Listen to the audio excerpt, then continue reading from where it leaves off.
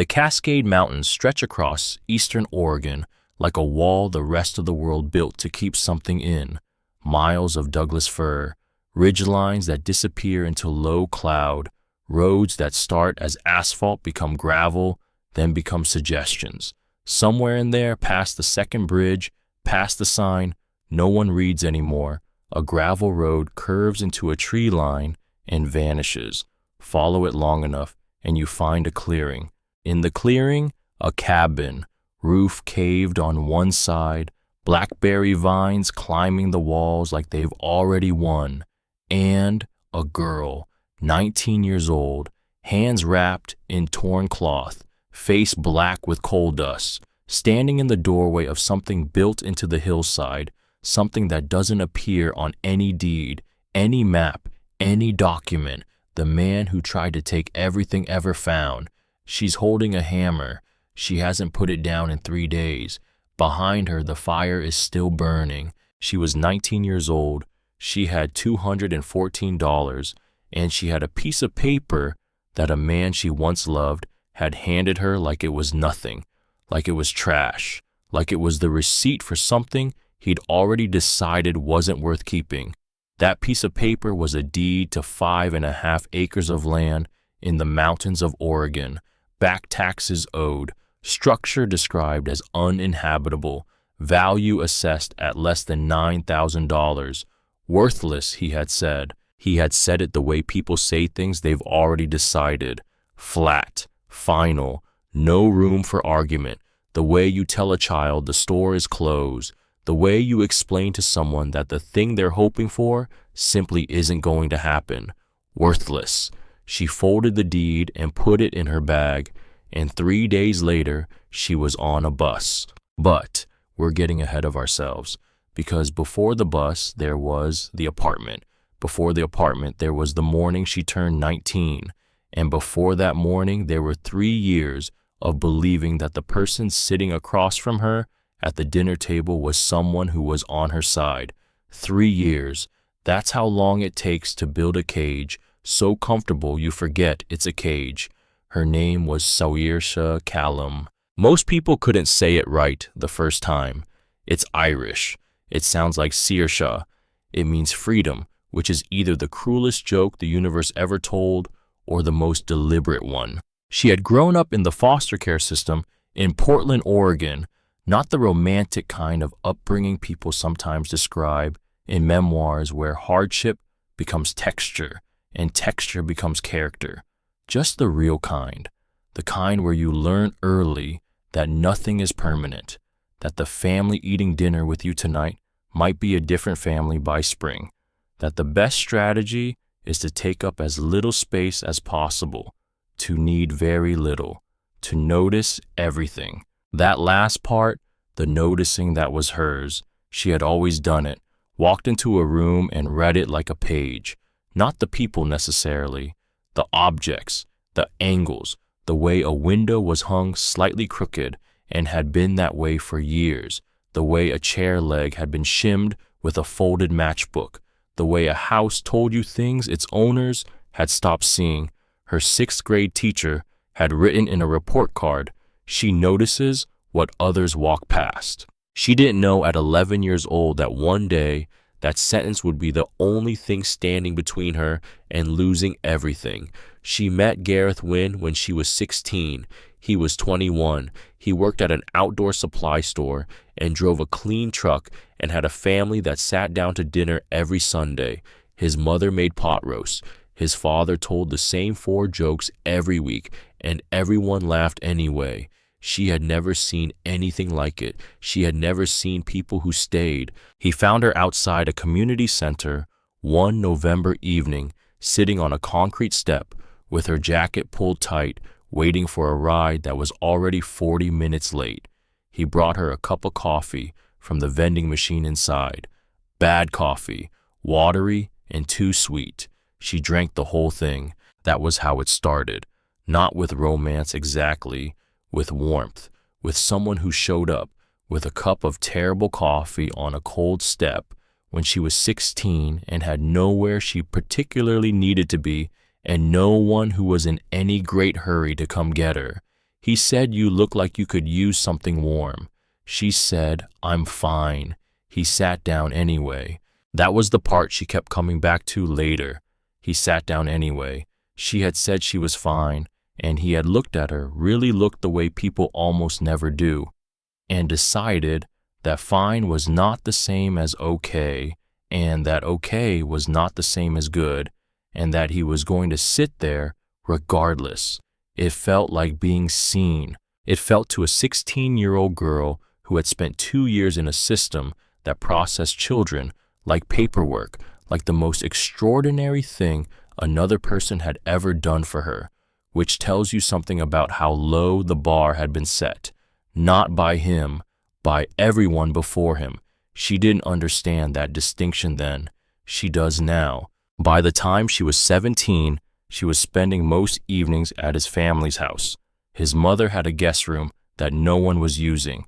His father asked her questions about school and actually waited for the answers.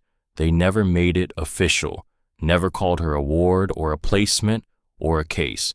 She was just Saoirse, the girl Gareth brought home, the girl who helped with dishes without being asked, the girl who was always very, very quiet. She was quiet because she was grateful, desperately, overwhelmingly grateful in the way that only people who have gone without understand. She didn't want to disrupt anything, didn't want to be too much, didn't want to take up enough space that anyone would notice her and decide they'd made a mistake. So she made herself small. And while she was small, Gareth was large. Gareth was the one who knew things, who explained things, who handled things. He helped her set up a bank account. He walked her through the paperwork when the foster care system cut her loose at 18 with a form letter and a 72-hour notice. He sat across from her at a coffee shop table and said, I'll take care of it. He said it so easily, I'll take care of it. Like that was a normal thing to say to another person. Like care was something you could extend like a hand and have someone take without cost. She took it, both hands. Before we go any further, if you've ever had to start over from nothing, if you've ever trusted someone with more than they deserved, this story is for you. Hit subscribe and join us here, and tell me in the comments where are you watching from tonight. I read every single one. On the morning of her 19th birthday, her mother's life insurance policy finally paid out, $23,000. Her mother had died when Saoirse was 14. Ovarian cancer, quiet at first, then not. The policy had been small, the kind a woman working 2 jobs takes out because she's read enough to know she should even when there's almost nothing left after the bills. It had been tied up in paperwork for 5 years because Saoirse had been a minor with no guardian who was legally equipped to claim it. $23,000 to a 19-year-old girl who had never had more than a few hundred in a savings account. That number looked like a continent. Gareth helped her with the paperwork. Of course he did. He said we should invest it, make it grow. That's what your mom would have wanted. She thought he's probably right. She signed the power of attorney document he put in front of her. It was 3 pages long. She read the first paragraph, and then she looked up at him, and he was smiling, the easy, familiar smile, and she thought, this is the person who sat down next to me when I said I was fine. This is the person who waited. She did not read the rest. You don't read the fine print with the person you plan to spend your life with. That is the thing she tells herself now, not to excuse it, but to understand it, because the alternative is to believe she was simply stupid, and she does not believe she was stupid. She believes she was hungry for belonging, for permanence, for the ordinary miracle of someone who stays. Hunger makes you trust the wrong things. It doesn't make you stupid. It makes you human, but it does make you sign documents you shouldn't sign. She found it by accident 3 days after he told her the money was gone. She was sitting on the floor of the apartment she no longer lived in, putting things into a duffel bag, while Gareth stood near the window and explained patiently, as though to a child, that the investments had not performed as expected, that these things happened, that the important thing was to move forward. She was not moving forward. She was putting a toothbrush into a bag and trying to remember how to breathe.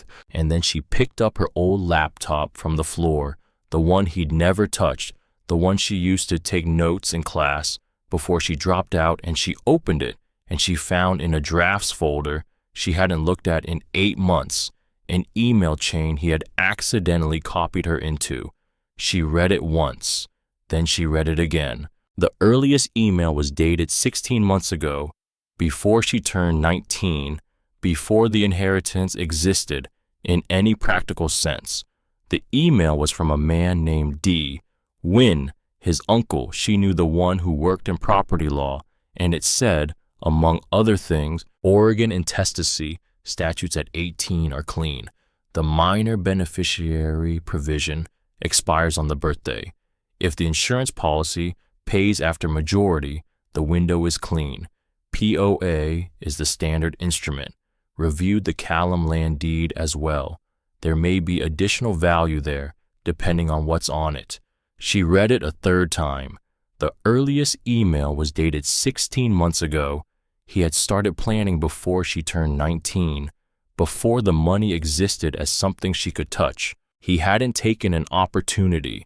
He had manufactured a situation, step by step, quietly, patiently, the way a very careful person builds something complicated with enough time and enough gentleness that the person being built around never feels the walls going up.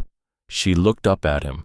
He was still talking about the future, about how she was young, about how there was time, about how he had only ever wanted what was best for her. She closed the laptop. She put it in the bag. She did not say what she had just read, because something in her, the quiet part, the watchful part, the part that had survived 5 years in the foster care system by noticing things other people walk past, said, "Not yet. Don't let him know you know. Not yet." She said, "What about the land?" He paused, just a small pause, almost nothing, the kind most people wouldn't catch. She caught it. He said, "Oh, the deed.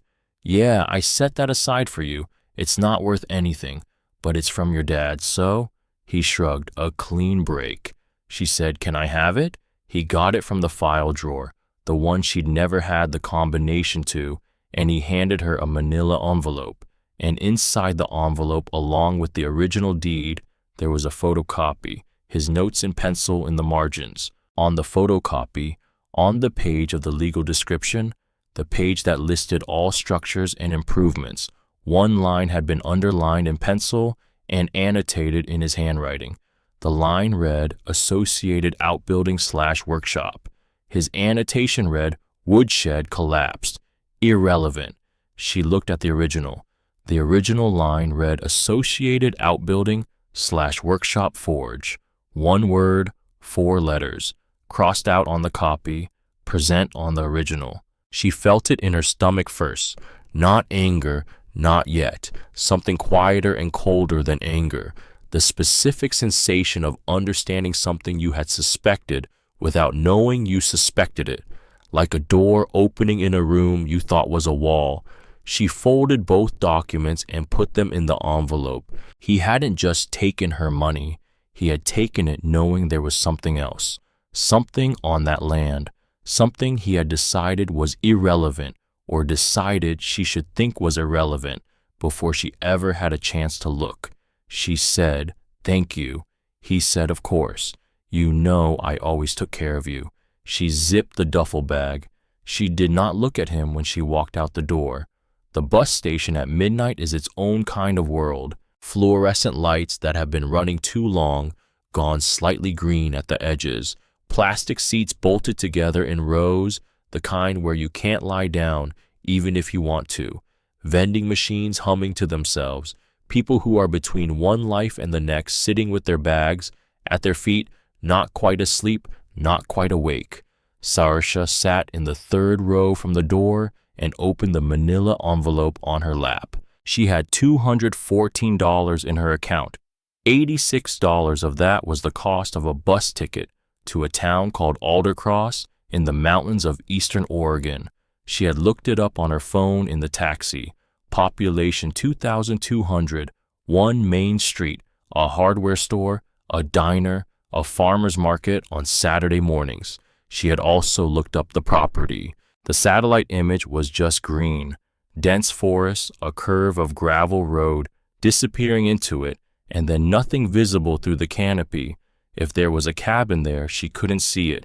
If there was a forge, she turned the word over in her mind, feeling its weight. She couldn't see that either. She did not know what a forge was exactly. A blacksmith's workspace. She knew that much. Fire and metal and the kind of work that leaves marks on your hands. She knew her father had been a blacksmith. She knew it the way she knew most things about him, in fragments, incomplete, the way you reconstruct a person from what other people leave out when they talk about them. Her father's name was Fenwick Callum. She had 3 memories of him, maybe 4 depending on how you counted. The scratch of his beard against her forehead when he picked her up, a smell, metal and pine resin, and something hot she couldn't name then but could name now. Iron heated past red, the smell of a forge, the sound of his laugh low and unhurried coming from another room. And his hands, she remembered his hands specifically, calloused across the palms in a particular pattern, heavy-knuckled, warm, the hands of someone who worked with them daily, who used them the way other people use language as the primary instrument of making things known. He died in a car accident when she was 5. That was what her mother had told her. That was what she had believed for 19 years. She tucked the deed back into the envelope and held it against her chest and sat in the midnight bus station and thought about that word again. Forge.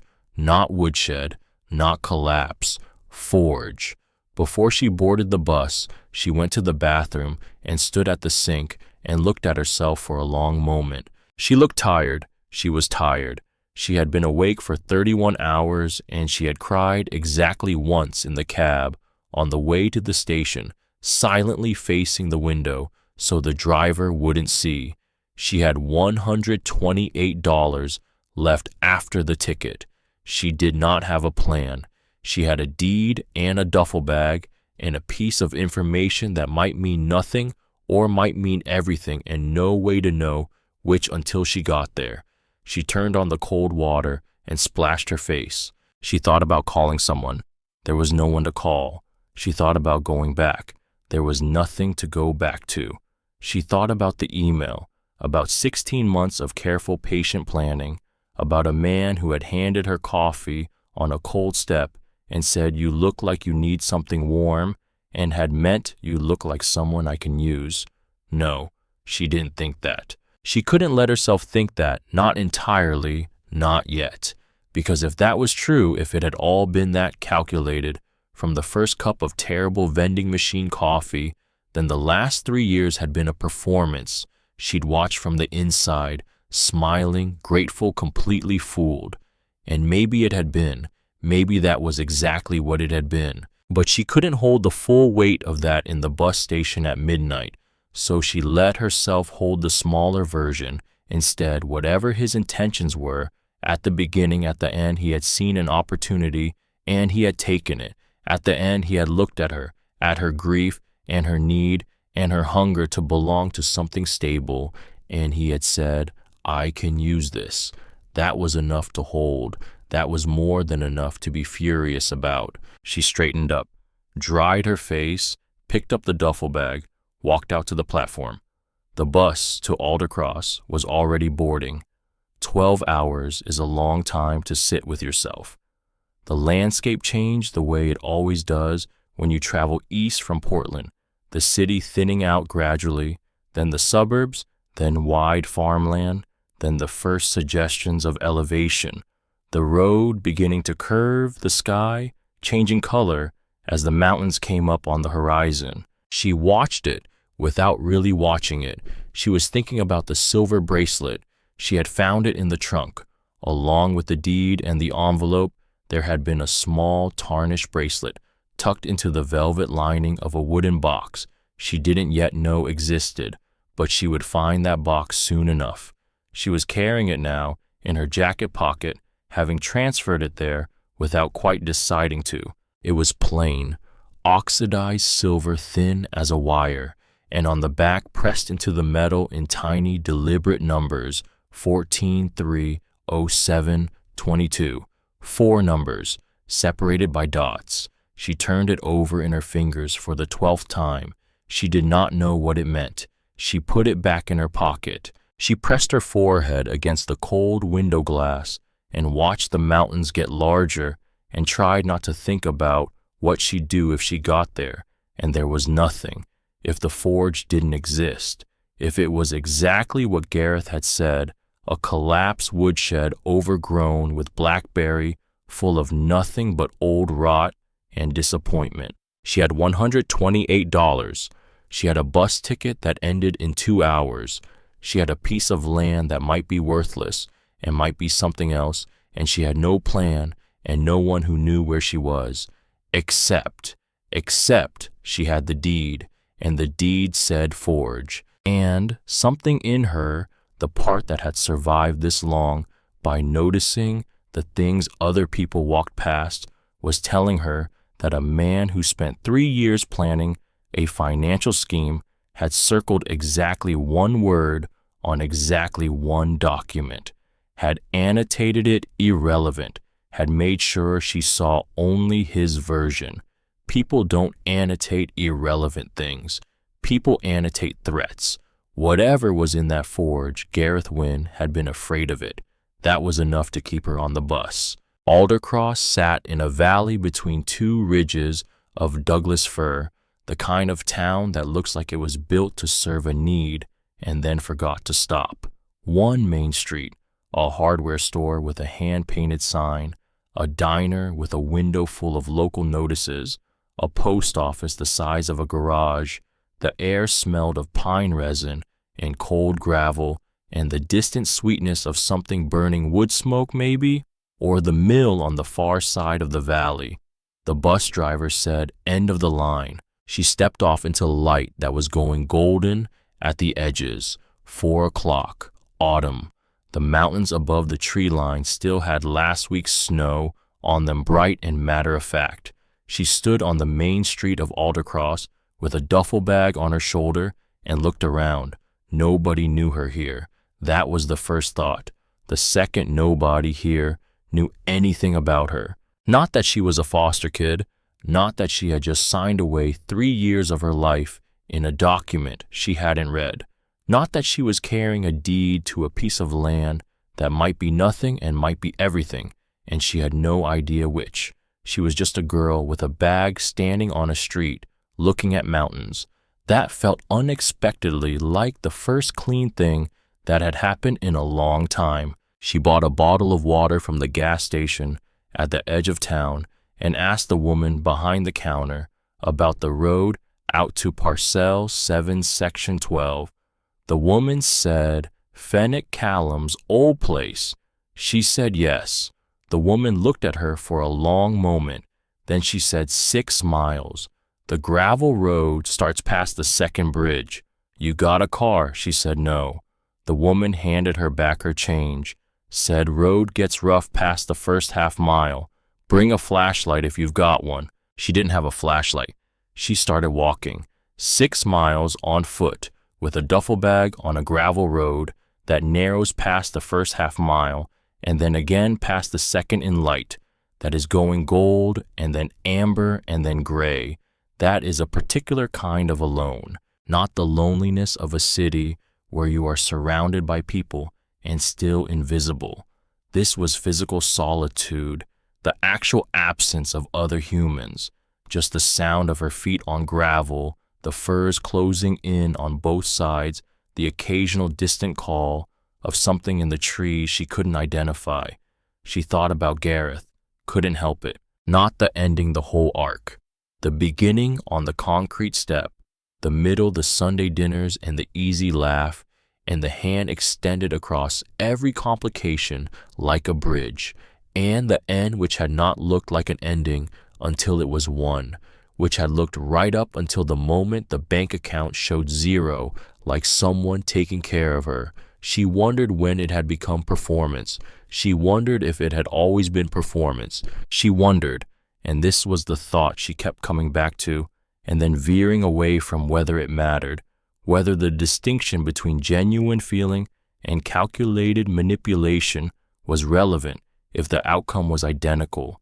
If you had loved someone who turned out to have been planning something, were the years before the plan real? Were they yours? She didn't have an answer. She wasn't sure there was one. The road curved left, and through a gap in the trees in the last thin light of the day she saw the shape of a roof. She stopped walking, stood there. The shape was barely visible, a dark, angular silhouette against a sky that was still faintly luminous in the west. The cabin, still standing, not collapsed, not devoured by whatever combination of weather and time and neglect had been at work on it for however many years it had been empty. Still standing, she exhaled, one long, slow exhale, and she kept walking. It was worse than she'd imagined. The porch had given way completely, boards splintered and silver gray, sinking into the earth at one end. The roof on the left side sagged with the particular exhaustion of something that had been fighting gravity for too long. One of the two front windows was intact. The other was a jagged darkness, broken glass catching what was left of the light. Blackberry vines had colonized the walls, dense and thorn, reaching up toward the eaves as though trying to pull the whole structure back into the ground. The clearing was choked with fern and tall grass, the path to the door, visible only as a slightly less overgrown line through the rest of it. She stood at the edge of the clearing and looked at it for a while. Then she said out loud to no one, "Okay." She pushed through the ferns. The door was heavy, thick planks, bound with iron straps, dark with age. The hardware rusted to a deep reddish brown. No handle, just an iron latch. She pressed it, lifted. It gave with a groan that sounded like protest or possibly welcome, depending on how you chose to hear it. The interior was dark. The smell that came out was old in every direction. Damp wood, dust, the cold residue of fire in a hearth that had been cold for a very long time. And underneath all of it, faint as a memory, something metallic, something heated and then cooled over and over for years until the smell of it had become part of the walls themselves. She stepped inside. The floorboards held. She stood in the dark and let her eyes adjust and thought this was his. Every plank of this floor, every stone in that hearth.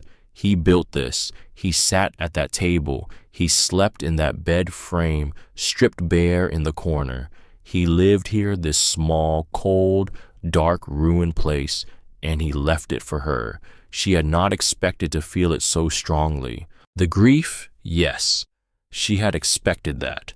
The strange grief for a man she remembered in fragments, but not the other thing, the presence, the sense that the room was not empty despite being empty, that the silence in it was not absence, but accumulation years of small, ordinary acts compressed into the objects left behind.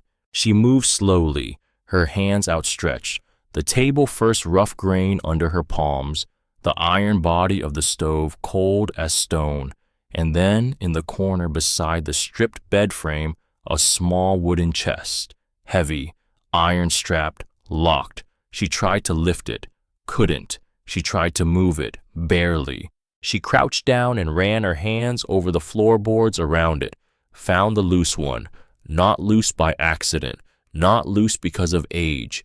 The edges were clean, the board lifted with almost no resistance, as though it had been lifted 1,000 times.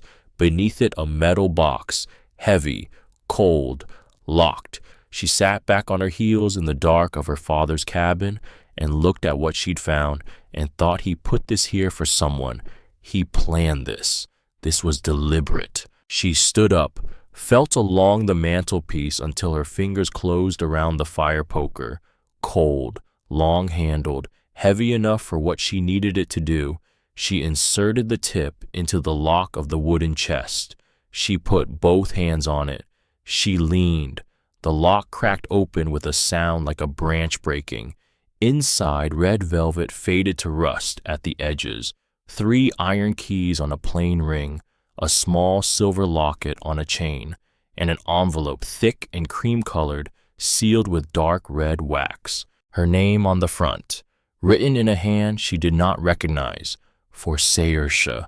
On her 19th birthday, she understood then what she was holding. Not just a letter, not just an inheritance, a message sent across however many years of silence from a man who had known he would not be there to hand it to her in person, who had planned for that absence the way you plan for weather, with care and specificity and the particular tenderness of someone who knows exactly what they are leaving behind. She did not open the envelope yet. She sat down at the table. She opened the locket first. On one side, a small faded photograph of a bearded man with laugh lines at the corners of his eyes, holding a baby. The baby was looking at the camera with an expression of grave attention, the expression babies make when they are trying to understand the world. She recognized the baby because she had seen that expression in mirrors.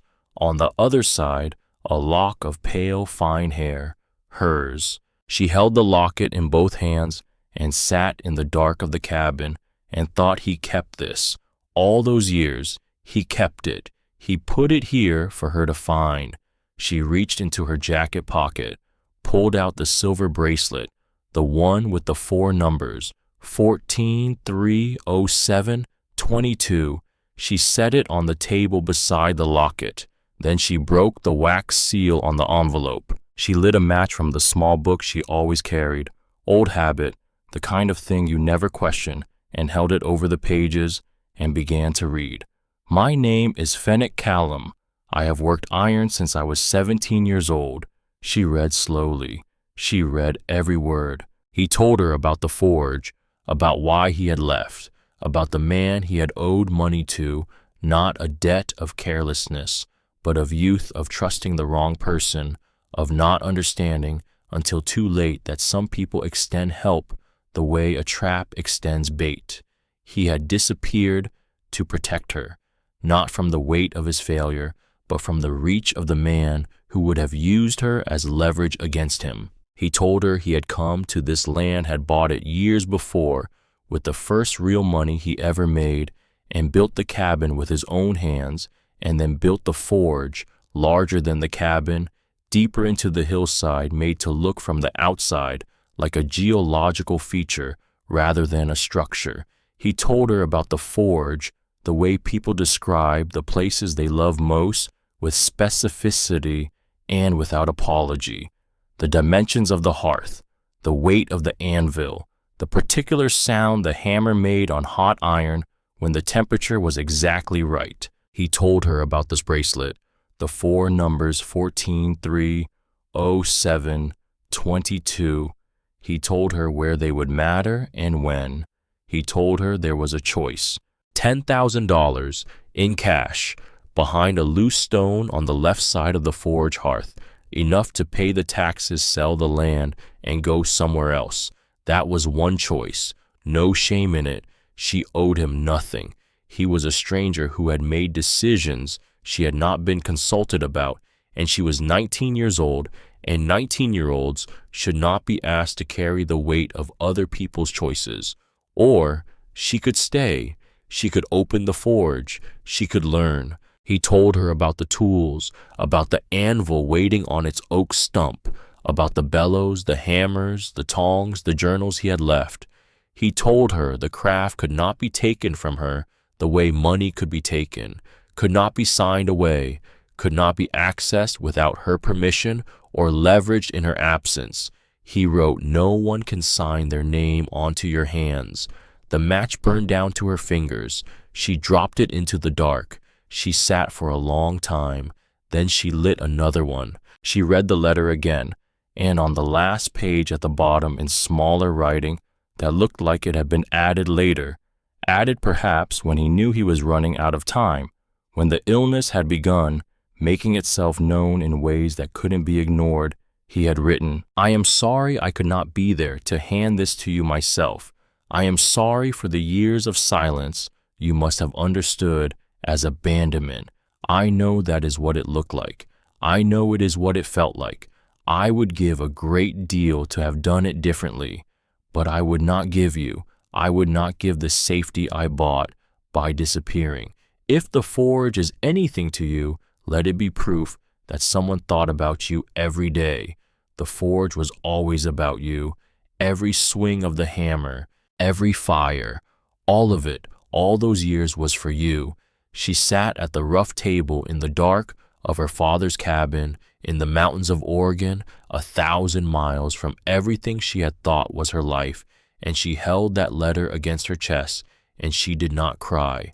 Not yet. She pressed her mouth flat and breathed through it, and looked at the ceiling that sagged, and the stove that was cold, and the broken window that let in a rectangle of night sky, and she held the letter like it was the only solid thing in the world, because right now it was. The match went out. The dark came back. But it was different now. It was full. She did not sleep. Not really. She lay on the floor of the cabin on a pile of old blankets she'd found folded in the bottom of a cedar chest, moth-eaten, smelling of time, but dry, and she stared at the ceiling and listened to the mountain do its night sounds. Wind in the fir trees, something small moving through the wall cavity, the settling groans of a structure that had been settling for a very long time and had not finished yet. She held the letter against her chest. She held the locket. She did not sleep. By the time the light started coming through the intact window, slow gray, then gold, then genuinely morning, she had read the letter 4 times. She had looked at the photograph in the locket until she had memorized it. The laugh lines, the beard, the way he was holding the baby like she was something that could break and also something that couldn't. She had looked at the bracelet a dozen more times. 14, 3, 07, 22. He told her in the letter where those numbers would matter. She knew where she was going this morning. She just hadn't quite made herself stand up yet, because standing up meant deciding, and deciding meant committing to a version of the next 6 months that looked absolutely nothing like any version she had planned for herself. And she was 19 and exhausted, and she had $128 left, and the person she had trusted most in the world had just handed her a master class in what trusting people costs. So she lay there a little longer, just a little, and then she stood up. North, 100 paces from the cabin, tucked into the hillside. That was what the letter said. She stepped outside into cold air that smelled like ice and pine, and the very beginning of the day. The clearing around the cabin was small and choked with fern. Beyond it, the forest pressed in on 3 sides. To the north, the ground rose gently, at first, then more steeply, a hillside covered in moss and tree roots and decades of fallen needles. She started walking, counted paces, 60, 70, the ground steepening under her feet, 100, the hillside, the trees thinning slightly, and then she felt it before she saw it, the transition from natural surface to something constructed, a flatness where there should have been slope, a vertical plane where there should have been earth. She stopped, reached out her hand, and touched ivy, dense, thick, the kind of growth that takes 20 years, not 5. She pulled at it. It came away in sheets, revealing what was underneath dark wood, iron reinforcement, a surface that was unmistakably a wall built against the hillside, so precisely that from any distance it simply looked like part of the geology, like a ledge, like an outcropping. She pulled away more ivy, and more, until she found the door. It was massive, 10 feet tall, maybe more, constructed of the same thick planking as the cabin door, but on an entirely different scale, reinforced with a grid of iron bars, each one thicker than her wrist, set in a pattern that was both structural and, she understood now, intentional, beautiful even. The ironwork was not crude, it was precise, considered, the work of someone who understood that the things you build to last should also be worth looking at. In the center, an iron ring for a handle large as a dinner plate, and a keyhole that looked like it could accept her entire fist. She pulled the keys from her jacket pocket, 3 of them on the plain ring from the chest. 2 were large and heavy, almost medieval looking. 1 was small and intricate, the kind of key that opened something meant to be found only by someone who knew exactly what they were looking for. She tried the first large key. It went in. She put both hands on it and turned. Nothing. She tried harder. The metal resisted. 15 years of rust and weather and gravity had fused the mechanism in ways that required more than effort. They required conviction. She planted her feet against the stone threshold she could now feel under the ivy. She threw her weight into it. Once, twice. On the 3rd try, and the 3rd try is always the one, she would think later, in everything something inside the lock gave. A crack like a breaking bone. Then the slow grinding rotation of a mechanism finding its way back to motion after a very long rest. The lock turned. She grabbed the iron ring. She pulled. The door didn't swing. It scraped, groaned, complained extensively about being asked to move after all this time. She pulled harder, leaning back, using her whole body until the gap was wide enough to slip through. She slipped through. The smell hit her before the sight did. Cold iron, coal dust, the specific darkness of a space that has been sealed for a long time, not the darkness of neglect, but the darkness of preservation, of something kept, and underneath it faint and ancient, the ghost of fire. Her eyes adjusted. She was in a cathedral. That was the only word for it. The ceiling soared, truly soared, lost in shadow above her, the height of it making the space feel sacred in a way that had nothing to do with religion and everything to do with scale and intention. Someone had built this to matter, had built it large on purpose, had built it the way you build things when you believe in what you're doing. In the center of the space, the anvil. She had seen pictures of anvils, abstract knowledge. She was not prepared for the reality of this one. It rested on a section of oak tree, perhaps 4 feet in diameter, the stump level, the surface sealed with something that had hardened over decades. The anvil itself was massive, black and smooth and worn in particular places that told stories she couldn't yet read. The surface was not mirror flat. It had the slight variations of something used, well used often. The edges curved with a precision that spoke of craft and of care. She crossed the space to it, reached out, pressed her palm flat against the surface. Cold as winter ground, cold as iron in January, and yet she stood there with her hand pressed down and felt faintly, or imagined she felt, or perhaps there is no difference, the phantom vibration of 1,000 hammer blows, the accumulated impact of years, the record of work done by hands she had never held but somehow recognized. She stood there for a long time. To her left, the hearth, stone and brick 10 feet across, with a gaping mouth that could swallow a small car.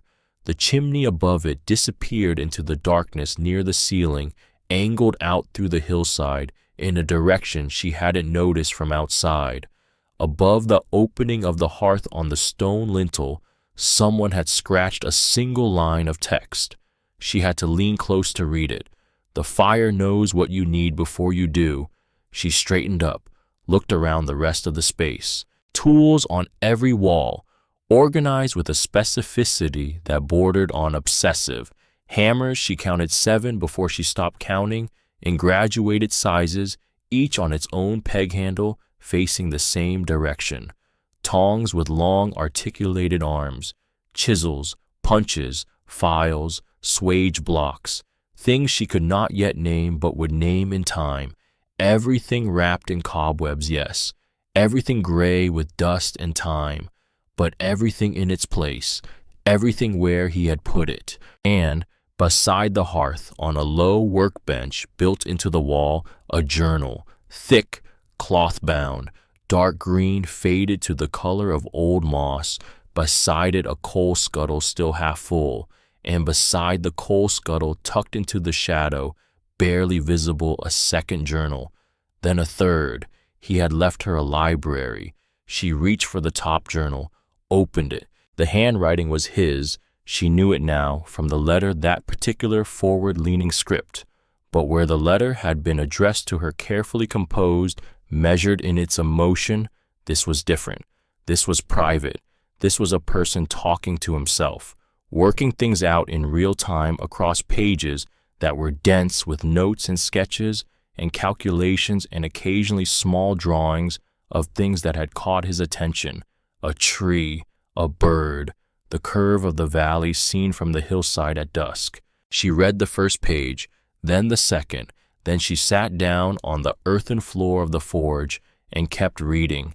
She emerged 2 hours later, blinking into a morning that had gone fully bright. Oswin Pratt was standing at the edge of the tree line.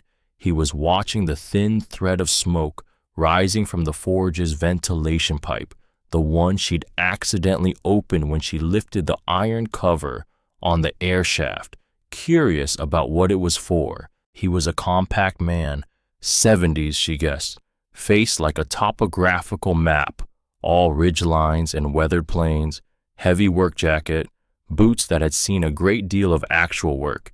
He had the stillness of someone who spent a lot of time outdoors, alone, not fidgety, not demonstrative, just present, watching. She stepped out of the forge door and saw him and stopped. He looked at her. She looked at him. He said, "You're Phoenix." Not a question, a statement, the same way you'd say the sky is east or the river runs north, an observable fact requiring no discussion. She said yes. He said, "Figured you'd come eventually." She said, "You knew him." He said, 30 years. He said it simply the way people say things that matter too much for elaboration. 30 years.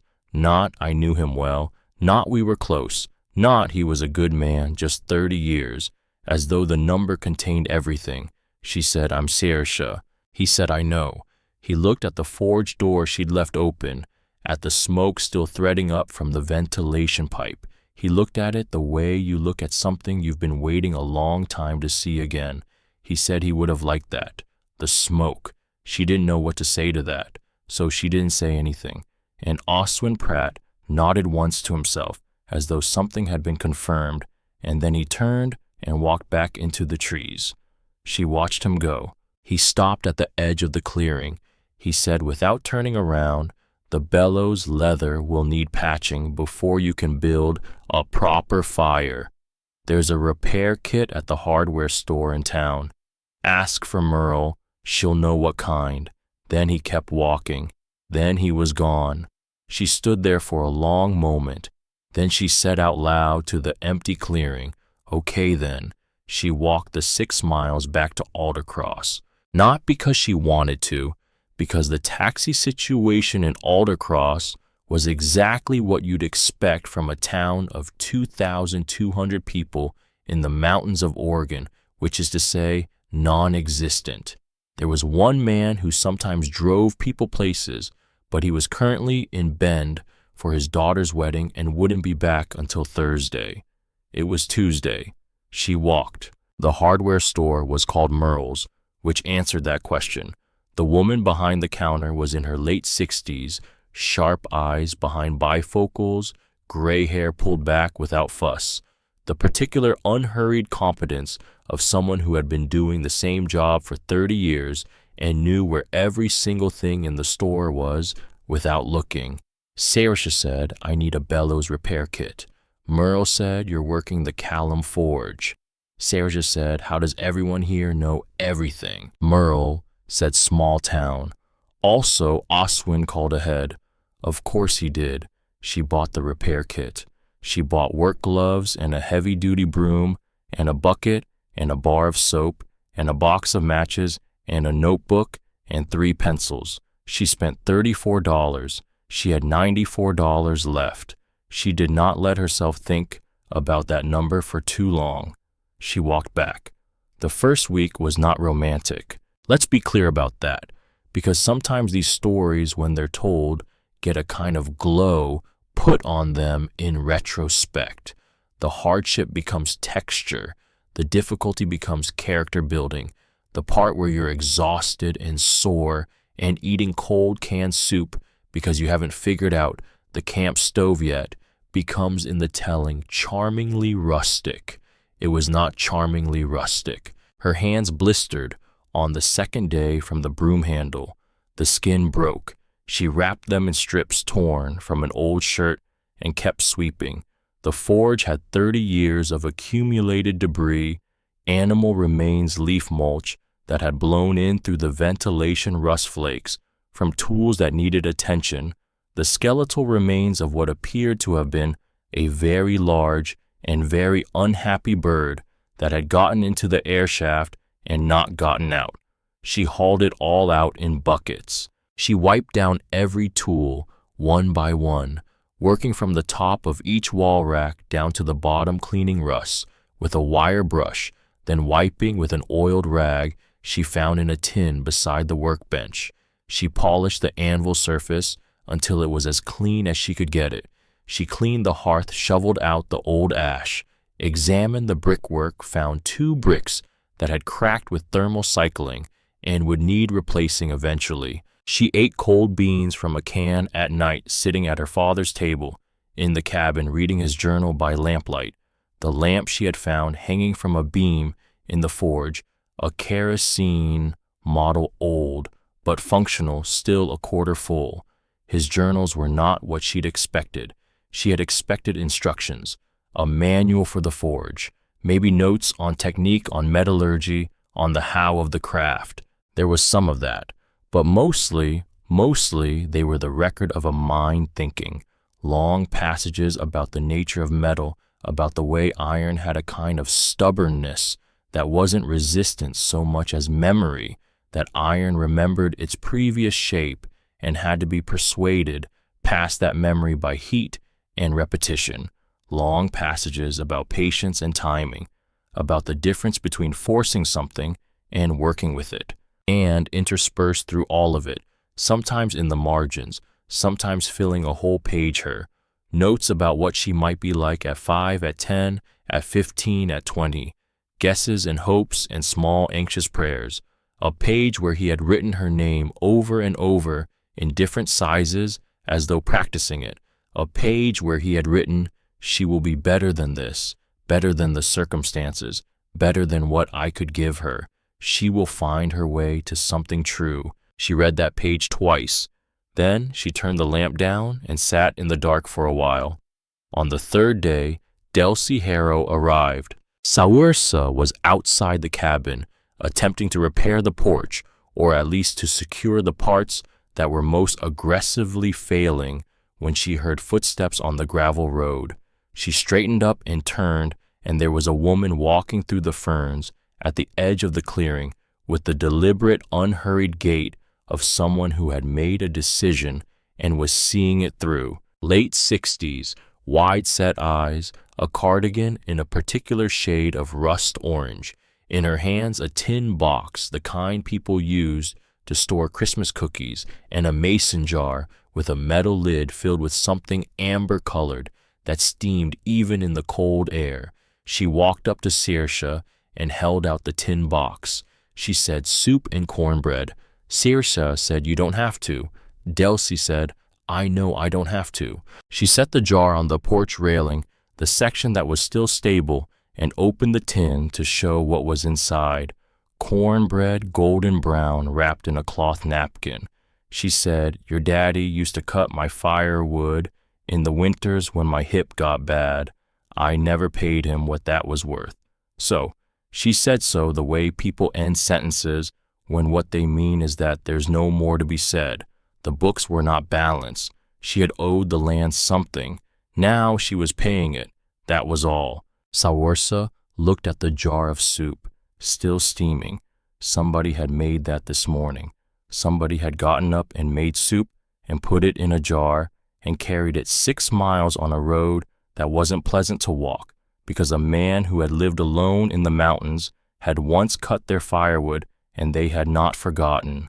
Something moved in her chest, unexpected and warm and impossible to name precisely. She said, "Thank you." Delcy said, "You stay with me a minute." They sat on the one stable part of the porch. Delcy on the railing, Saoirse on an upturned bucket.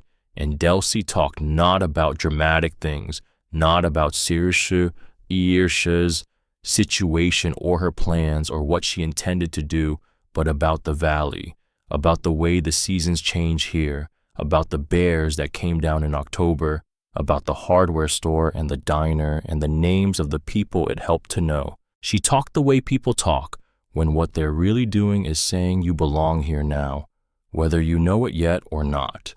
Saoirse ate the cornbread. It was still warm.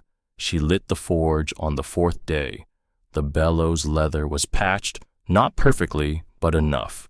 She had followed her father's journal on the coal arrangement, kindling first, then the small lumps building toward the larger ones in a way that was more architectural than instinctive. Not a pile, a structure. She set the kindling alight with a match, watched it catch. Then she placed her hands on the long wooden arms of the bellows and she began to work. Push, pull, push, pull, a rhythm that the body found quickly. It was not so different from breathing once you got the pace right. The small flame in the kindling responded, brightened. A coal glowed, then another. Push, pull, the fire grew, and then the coal caught, properly caught with that particular crackling pop and the rush of heat that announced the difference between a small fire and a forge fire. The temperature climbed in a way you felt before you measured it, a radiant heat that pushed against her face and arms and made the air shimmer above the hearth. She had lit the forge. She stood there for a long moment and just looked at it. The roar of it, the color of it, not orange, not quite red, but that specific hue that sits between them and suggests both. The way it filled the cavernous space of the forge with light and heat and a kind of vitality that hadn't been here before. Then she picked up the smallest of the hammers, felt the weight of it. The handle was worn smooth in a particular pattern, the pattern of one man's grip, repeated thousands of times over years. It fit her hand differently, but it fit. She found a length of iron rod in the collection near the anvil, 1/4-inch stock, the simplest possible material. She put it in the fire, watched it heat, watched the color change black to dull red to brighter red to the orange. That meant it was ready to move. Her father's journal had described it with precision, bright orange, almost yellow. You'll feel the heat off it, even through the tongs. Don't rush. When it looks like the sun looks in August, it's ready. She waited until it looked like the sun looks in August. Then she pulled it with the tongs and carried it to the anvil and swung. The hammer came down and glanced off the rod entirely, sent it spinning sideways off the anvil, hit the stone floor with a hiss that turned immediately to silence as it cooled on contact.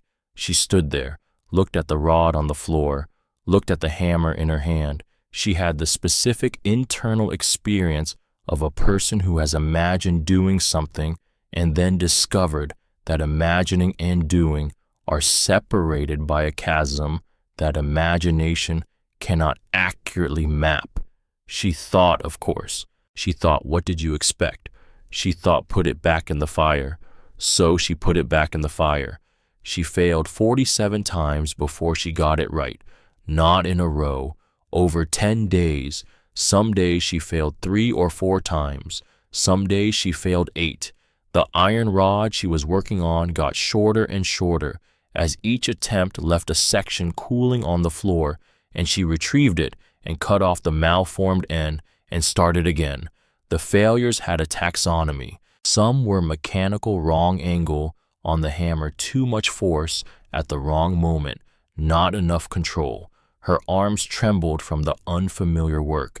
Her shoulders ached in new places. The muscles required for blacksmithing were not general fitness muscles. They were specific, developed through repetition, and she didn't have them yet. Some were about timing.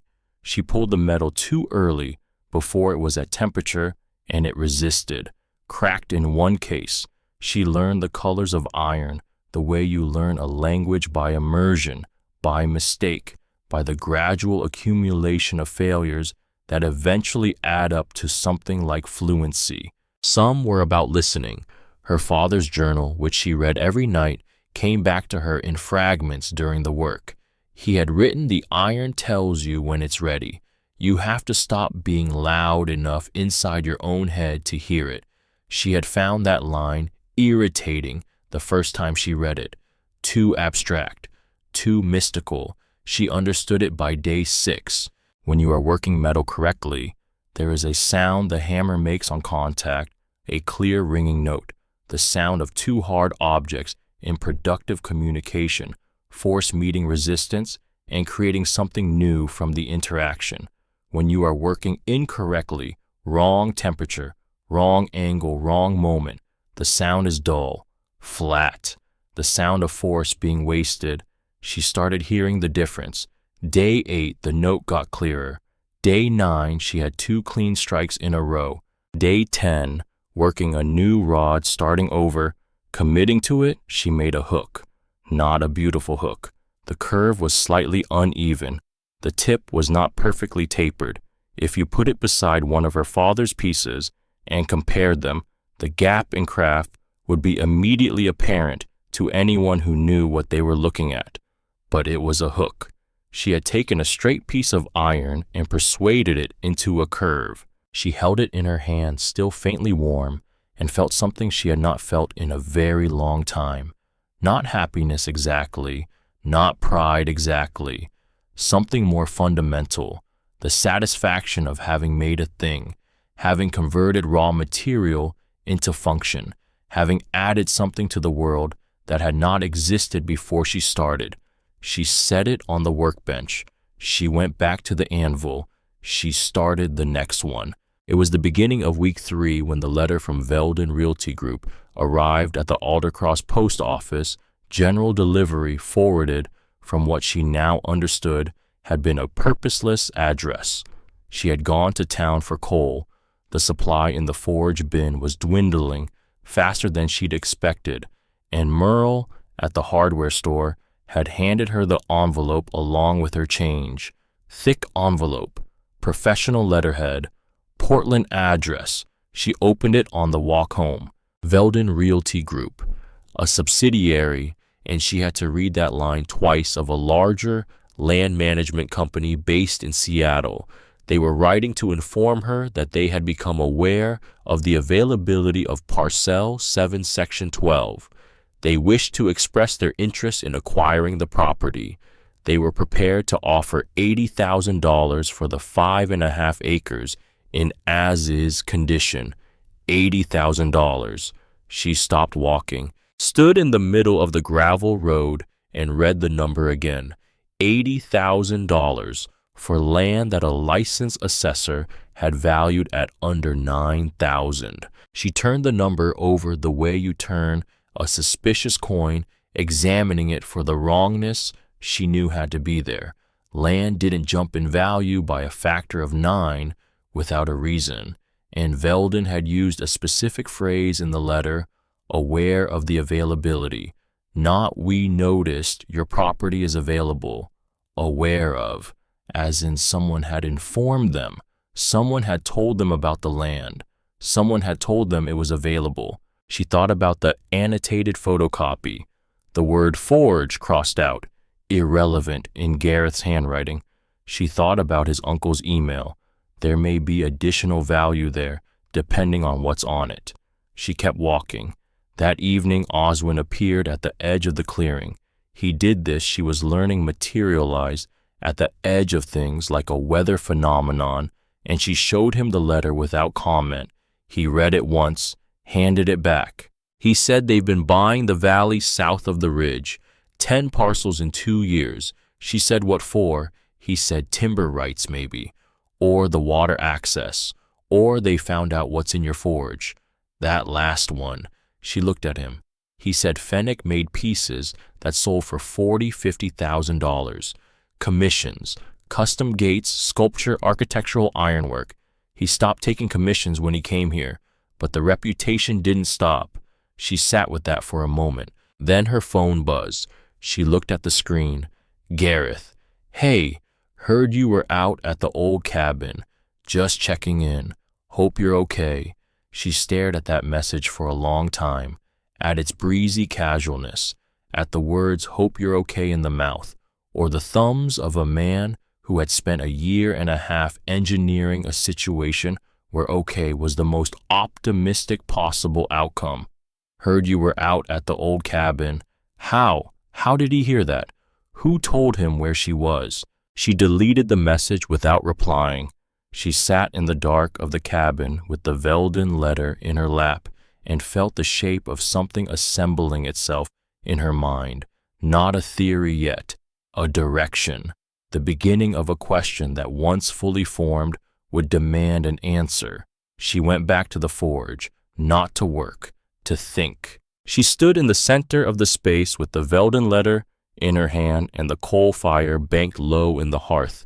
She had learned to bank it now to keep it viable without burning everything, and she looked at the tools on the walls and the anvil on its oak stump and the 3 journals on the workbench. She thought about what Gareth had said. Worthless. She thought about the word he had crossed out on the photocopy. Forge. Irrelevant. She thought about the email. There may be additional value there. She thought about the offer letter. $80,000. And she thought about her father, who had built this place with his hands and his knowledge and 3 decades of skill, and had left it for her and had been careful enough about her safety to annotate it as worthless in the documentation he expected her to see. He had not been protecting himself from her. He had been protecting this from everyone else. She set the letter down on the workbench. She picked up the smallest hammer. She went to the fire. She worked until midnight, and when she stopped, she had a second hook cleaner than the first, the curve more confident, the taper at the tip moving in the direction of precision. She hung it on the wall beside the first one. 2 hooks, not an empire, not even a business, but hers, unmistakably, irrevocably hers. And then the thing she had been pushing to the edge of her thinking all evening came back to the center of it. Gareth knew she was here. Someone had told Veldon about the forge. The timing of the offer was not coincidence, and there was somewhere in the history of the last 3 years a trail, she was becoming sure of it, a trail of information shared and plans made and money followed that would eventually lead back to a single hand. She needed to find it before it found her. She reached into her jacket, pulled out the old laptop. She hadn't opened it since the bus station, but she'd carried it, because the thing she'd found in the drafts folder, the email chain, the one with the uncle's note about Oregon intestacy statutes and the mention of additional value, that was not the only email she had access to. The thread had been long. She had read the first few entries in the bus station. She had not read all of it. She opened the laptop, found the thread. The email thread was 41 messages long. She read all of them. It took her until 2 in the morning. The kerosene lamp throwing its small circle of warmth onto the table. The fire in the cabin stove ticking quietly as it cooled. Outside the mountain doing its night sounds. Inside just her and the screen and the slow, nauseating process of watching a plan unfold in reverse. The earliest message was dated 16 months ago. Gareth to his Uncle D, Wynn, the property lawyer. It said she turns 19 in 14 months. Insurance policy pays out on majority. I've been managing the relationship. What's the cleanest instrument post-majority? The relationship. She read that phrase 3 times. The relationship, not her name, not Saoirse or Ayersha, not the girl I've been with for 2 years, not the person I care about. The relationship, as in the asset being managed, as in the mechanism through which the thing he wanted would eventually become accessible. She felt very still, not angry yet, something colder than angry. The specific temperature of a person who has just had a very large and very long suspected thing confirmed in writing. She kept reading. The uncle's reply, power of attorney is cleanest, standard form. If she signs willingly, it's ironclad. Has she got a lawyer? Gareth number, no family either. She won't question it. She won't question it. She closed her eyes for a moment. She opened them. She kept reading. 4 months before she turned 19, a new name entered the thread. A man named P. Alderman with a Veldon Realty email address. The message was short. It said, confirming the Callum parcel is in the scope. Deed, language references, a forged structure. Potentially significant. Keep us posted on the timeline. Keep us posted. As in Gareth had contacted them. Before the inheritance, before the power of attorney, he had contacted a development company and told them about the land that would be coming to him once the plan concluded. He had sold her before he took her. She sat with that for a long time. The lamp burned. The stove cooled. She thought about the cup of coffee. Terrible vending machine coffee on a cold step when she was 16 and had nowhere to be. She thought about how she had held that cup in both hands, how she had been grateful for the warmth of it, how she had thought, this person sees me. He had seen her all right. He had seen exactly what she was worth, and he had been patient about it. That was the thing she kept returning to, the patience. 16 months of emails, 3 years of Sunday dinners and pot roasts, and a guest room that was warm. 3 years of, I'll take care of it, of building something that felt so much like safety that she had stopped checking whether the walls had locks on the outside. That level of patience required a certain kind of belief. He had believed she was worth the wait, which was almost funny, which was almost in the very darkest way a compliment. She scrolled to the bottom of the thread. The most recent email was dated 6 days ago. Gareth to Alderman. She's at the property. Alone. Might be worth accelerating the offer. She's got nothing else, and the taxes were overdue for years. She'll take it. She'll take it. She closed the laptop very gently, the way you close things when what you want to do is throw them. She sat in the dark, and she thought, no. She said it out loud to the empty cabin, to her father's table, and her father's cold stove, and the mountains outside that had been there long before any of this, and would be there long after. No, Brialyn Marsh's office was above the post office in Aldercross, a narrow staircase, a door with frosted glass, a waiting room with 2 chairs, and a dying plant that Saoirse was fairly sure had been dying for several years and had simply committed to the process. She had gotten the name from Merle at the hardware store, who appeared to be the central nervous system of Aldercross and knew everything. She knocked. Brialyn Marsh opened the door, 40 maybe. Dark hair, practical cut, reading glasses pushed up on her forehead, the expression of a woman who had heard a great many things across a desk and had learned to keep her face useful rather than reactive. She said, "You're the Callum girl." Saoirse said, "Is that what they're calling me?" Brialyn said, "Come in." She came in. She sat down. She put the laptop on the desk and opened the email thread and slid it across. She said, "Read from the beginning." Brialyn read. She did not say anything while she read. She scrolled. She stopped sometimes and went back.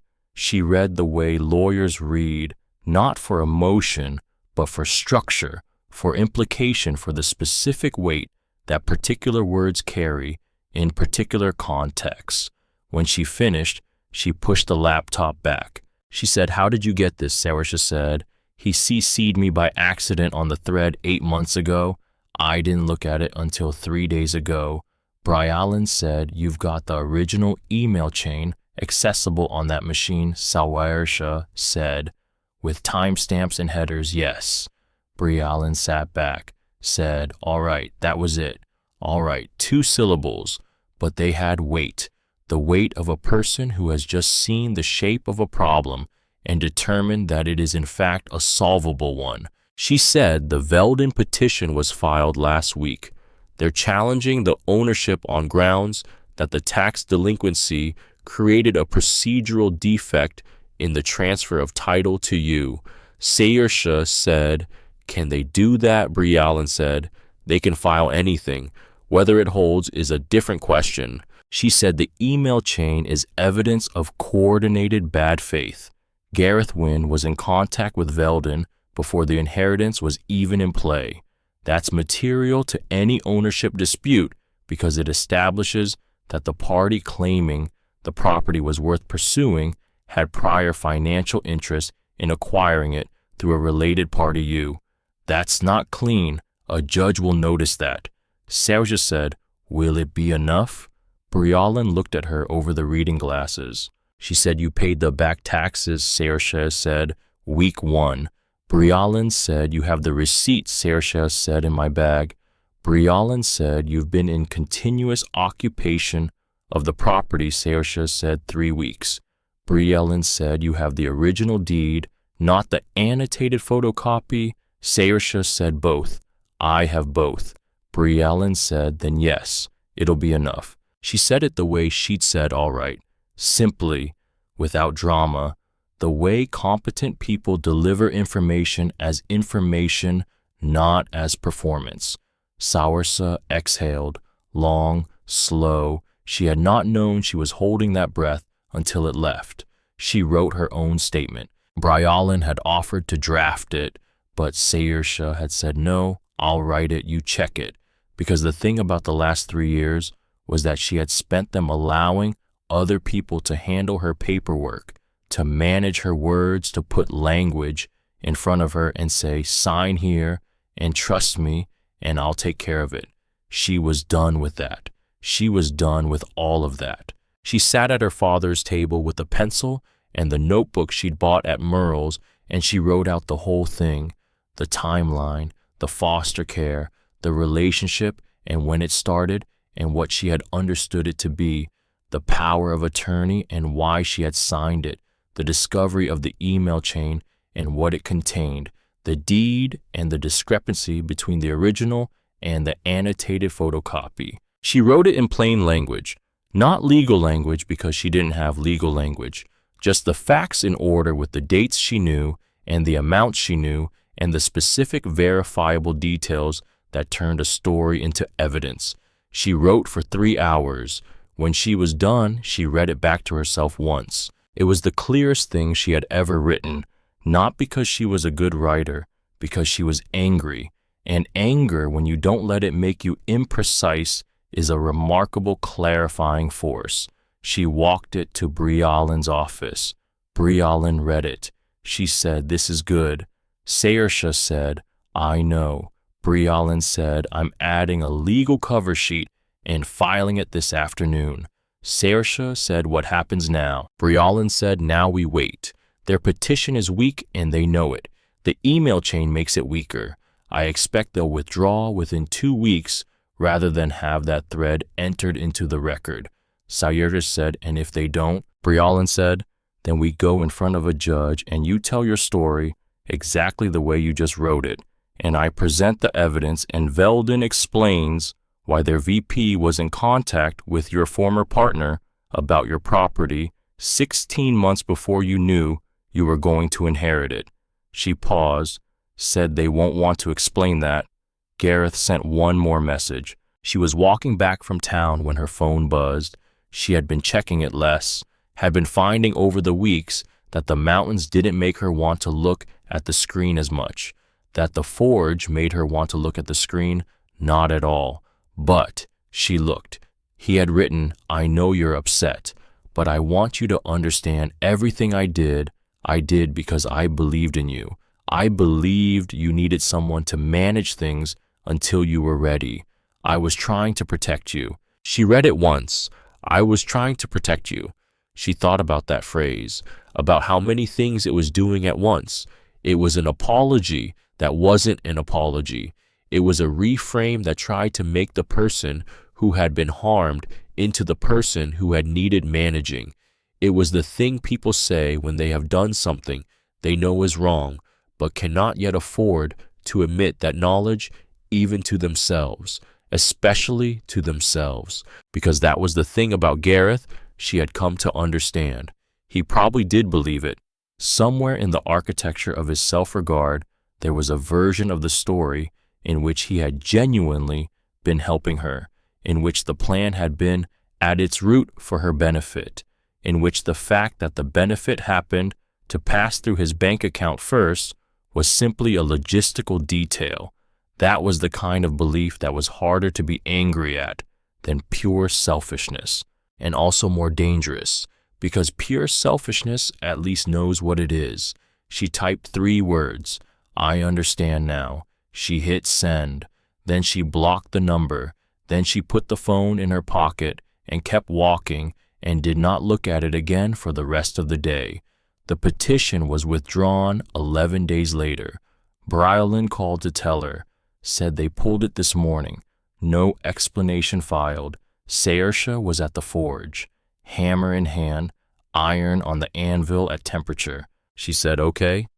Brylan said, "That's it, okay?" Saoirse said, "I have to get back to the fire. I'll call you tonight." She hung up. She brought the hammer down. The note it made on the hot iron was clean and clear and exactly right. It was Oswin who told her about the drawer. He had been coming around more, not officially, not as a mentor or a teacher, not in any titled capacity. He simply appeared occasionally at the edge of the forge door while she was working and watched, and sometimes said something and sometimes said nothing at all. And either way, the watching had a quality she had come to understand as approval. One afternoon he came in, stood beside the workbench, looked at the journals. At the hooks on the wall, there were 11 now, and 2 pairs of fireplace tongs that she had made with Oswin's guidance over the course of 2 sessions that had left her arms trembling and her hands blistered in new places and her mind completely quiet for the first time in months. He said he left you one more thing. She looked at him. He said the workbench, bottom left. There's a drawer that doesn't look like a drawer. She went to the workbench, ran her hands along the bottom. The wood was thick old-growth fir, the same material as the forge door. At the far left end she felt it, a gap, hairline thin. She pressed at the right angle and the panel released swinging inward on a hidden hinge, inside a metal box smaller than her palm, and on the face of the box, a combination lock. 4 dials. She stood there for a moment, then she reached into her jacket pocket, pulled out the silver bracelet, 14300722. She set the first dial to 14, the second to 3, the third to 7, the fourth to 22. She pressed the release. The box opened. Inside a small address book, the kind that no one makes anymore, with a cloth cover gone soft with handling. And beneath it, folded once, a single sheet of paper. She unfolded it, his handwriting, but different from the letter, from the journals. The letters smaller and less steady, the hand of someone writing with effort, with the particular deliberateness of a person who knows they are not going to write many more things and is determined to make this one count. She carried it to the door of the forge where the light was better, and she read. He had written, "I am not the man I wanted to be for you. I want to say that plainly before I say anything else, not as a way of excusing what I couldn't give you, but because I think you deserve to hear someone say it. Adults fail children. Parents fail children. Sometimes through fear, sometimes through selfishness, sometimes through the simple, terrible cowardice of choosing a smaller life because a larger one felt like too much risk. I chose to leave because I was afraid. That is true. The threat was real, but I was also afraid of failing you in ways that had nothing to do with the man I owed money to. I was afraid of being insufficient, of being the kind of father who disappoints in small, ordinary ways day after day until the disappointment has its own shape. So I left, and I told myself it was for you, and maybe it was partly, but partly it was for me. The forge was my attempt to make it right, not to be forgiven. I do not expect that, and I am not asking for it, only to leave something that was more honest than my leaving, something that says, I thought about you.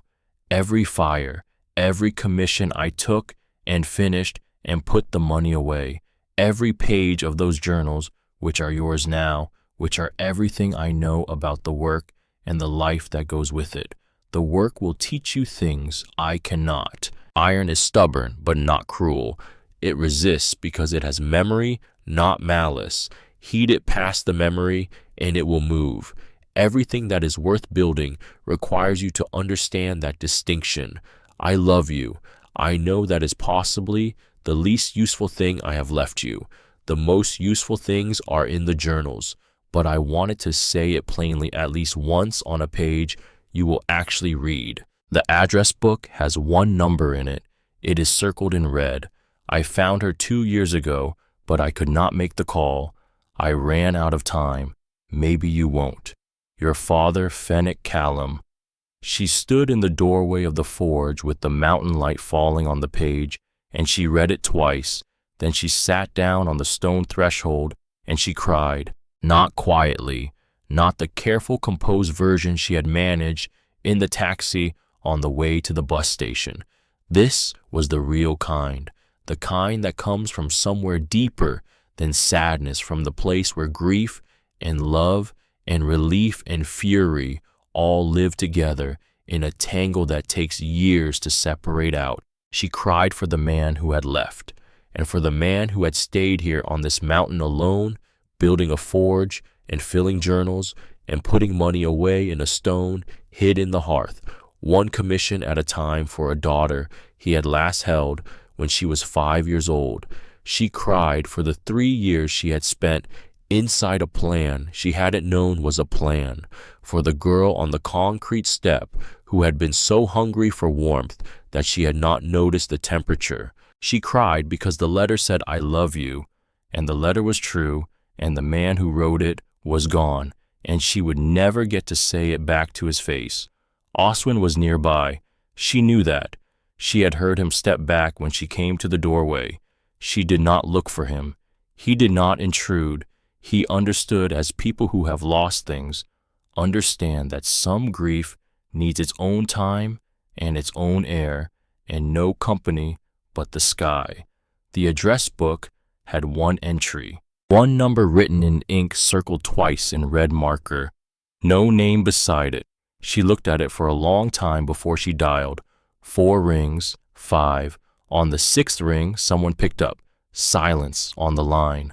The particular silence of a person who has answered a call from an unknown number and is waiting to see what kind of world is about to arrive. Then she said hello. The voice was older, careful, a little breathless, as though she had crossed a room quickly to reach the phone. Sawerse said, I'm calling from a number that was left for me by my father. His name was Fennec Callum. Silence. Long enough that Saoirse thought she'd lost the connection.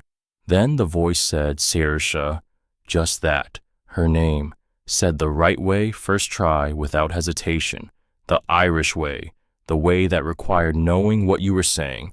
She said yes. Another silence. Then softer, I've been waiting a very long time for this phone to ring. Her name was Audra. She was Saoirse's mother's mother. The grandmother she had never met. The break in that line had happened before Saoirse was born, a separation between her parents that had taken the whole family with it when it went. Her mother had never spoken of her. In the silence that follows certain losses, some names disappear entirely. Fennec had found her. 2 years ago, according to the letter, he had tracked her down. Saoirse could not imagine the effort that had cost the searches, the letters, the careful reconstruction of a broken line, and he had found her and written her number in the address book and circled it twice. And then he had run out of time. She did not know this. None of them had known each other. 3 points on a map that had no line connecting them. Until now, they talked for 2 hours. Saoirse sat on the cabin floor with her back against the wall and the lamp burning beside her, and she talked to her grandmother for the first time in her life. They did not resolve anything. You don't resolve 19 years of silence in 2 hours. You don't replace what was lost or explain what happened or make the absences smaller by talking about them. But you open a door, and a door opened is not the same as a door sealed. At the end of the call, Audra said, "Will you call again?" Saoirse said yes. Audra said, "I'd like that very much." Then carefully she said, "He was a good man. Your father. He was a man who made mistakes and knew it. That is rarer than it sounds." Saoirse said, "I know." And she did know. She had read it in his own hand, the mistake admitted plainly, the love stated without condition, the work left as evidence when words were not enough. She sat for a long time after the call ended. The lamp burned. The mountain was quiet. 1 year later. This is how it looks from the doorway of the forge on a clear November morning. The clearing is not exactly tidy. The cabin still sags on the left side. She has stabilized. It repaired the worst of the roof, replaced the broken window, but she has not tried to make it perfect. It is what it is, a structure that has survived longer than anyone expected, that has its own record of endurance, written into every patch beam and repointed stone. She respects that. She doesn't want to sand it away. The forge fire is lit. It is always lit 3 days a week now. Tuesday, Thursday, Saturday. The smoke rises from the ventilation pipe in a thin thread and disappears into the sky above the firs. She works. Hooks and hinges mostly, fireplace tools, the occasional custom piece when someone asks, specifically, a set of garden gates for a property outside of town, a railing bracket for the diner owner who had known her father peripherally and had given her a free cup of coffee on her second visit and had never made anything of it, just handed her the cup. The money is not much. It is enough. Every dollar is hers, made by her hands with her fire from iron she bought, with the money she earned from the iron she made before, the loop of it, the clean, unglamorous self-sufficiency of it. She has never had anything like this before, a life that is simply straightforwardly, entirely hers, not borrowed, not contingent on someone else's patience or planning, hers. Oswin comes on Thursdays. He does not call it teaching. He calls it company, which she suspects is a distinction without a difference, but she has learned not to push the point. He shows her things. She learns them. Last month, forge welding, 2 pieces of iron joined by heat, alone, no fastener, no adhesive, just the metal made soft enough to accept each other. She had spent 4 hours on the first attempt and failed, and spent 4 more hours on the second attempt and failed differently, which Oswin said was progress, which she initially doubted, which turned out to be true. On the 3rd attempt, she got it right. 3rd try. Always the 3rd. Delcy comes on Saturday mornings before the market, not always with food, sometimes just with herself, and a thermos of coffee, and the particular gift of her company, which asks nothing and gives a great deal. Last week she brought Saoirse a pair of heavy leather gloves she had tracked down from a supplier in Montana, the kind made for serious work.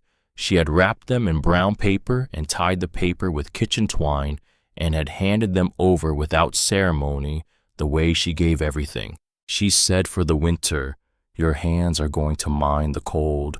Saoirse had held the gloves. She had thought this is what community feels like. not the performance of it, the real kind, the kind that shows up on a Tuesday with soup and on a Saturday with gloves and in between just continues to exist in your proximity without requiring anything from you. She had not known what that felt like before this year. She knows now.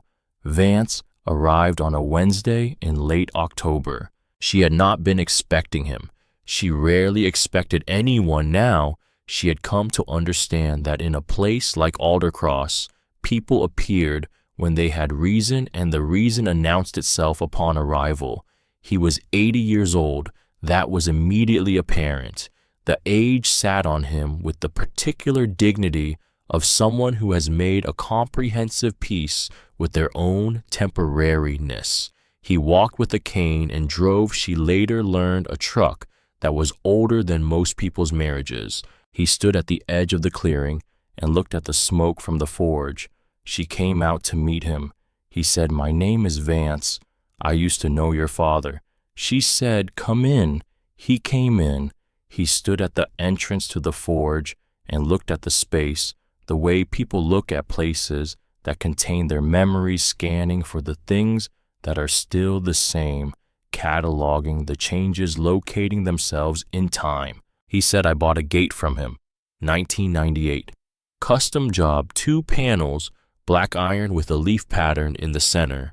It's still on my property, opens and closes as true as the day he hung it."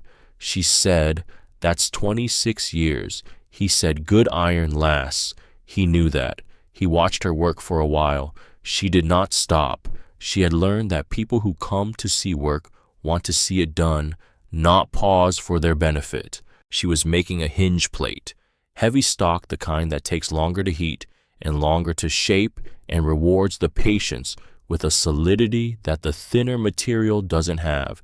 She brought the hammer down. The note it made was clean. She brought it down again. Vance watched. Then he said, same way he held it, left shoulder drop just a little. He always said it gave him better line on the strike. She looked at her left shoulder.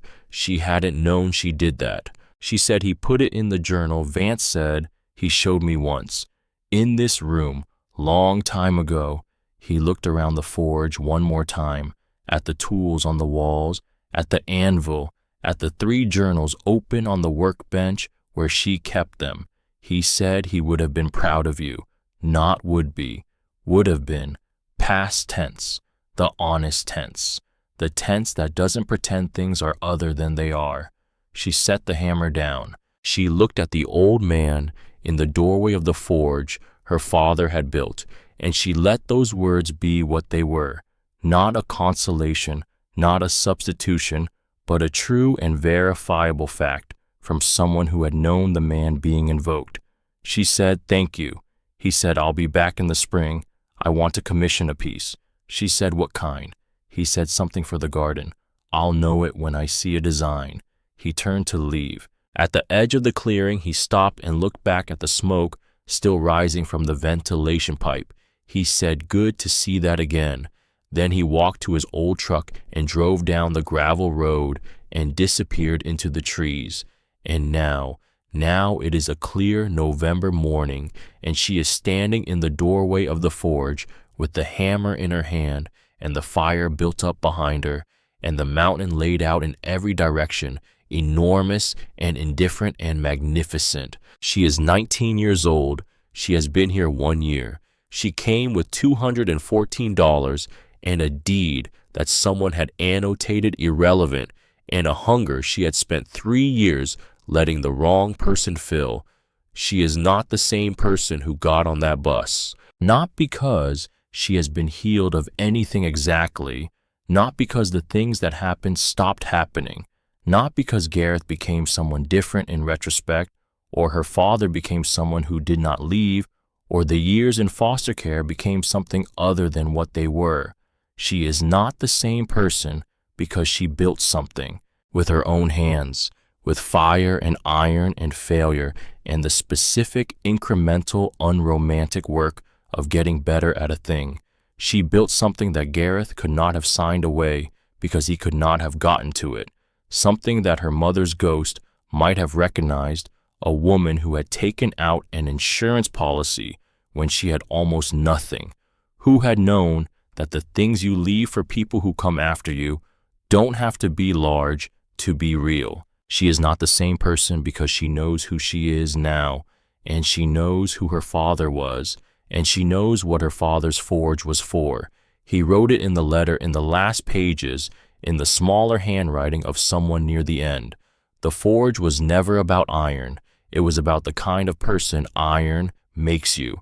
She understands that now. The patience required to wait for the temperature, the discipline required to work at the right moment and not before, the willingness to fail 47 times and count them and keep going, because the 48th attempt is not a different attempt from the first 47, it is made of them. It is the accumulated understanding of 47 failures expressed as a swing that finally lands true. She brings the hammer down. The note it makes is clean and clear and exactly what it should be. This is her forge. This is her fire. This is her life earned stroke by stroke from materials that nobody else wanted.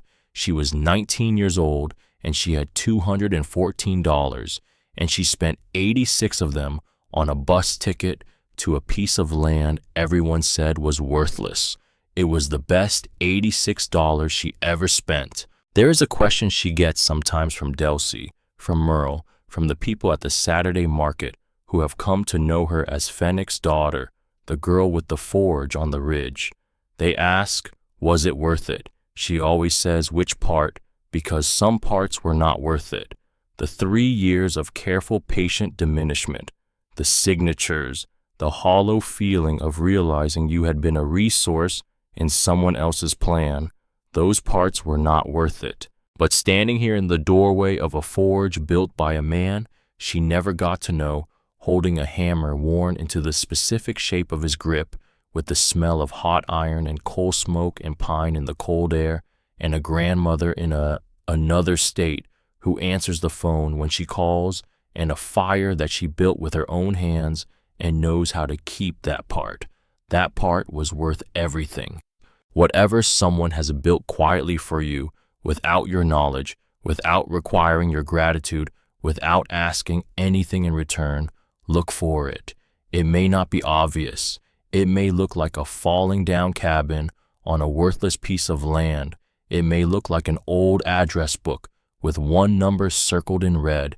It may look like a woman who shows up on a cold morning with soup in a mason jar and doesn't ask why you need it. It is there. Someone built it for you. What has someone left behind for you quietly, without asking for credit, that you only understood years later? Tell me in the comments. I read every one.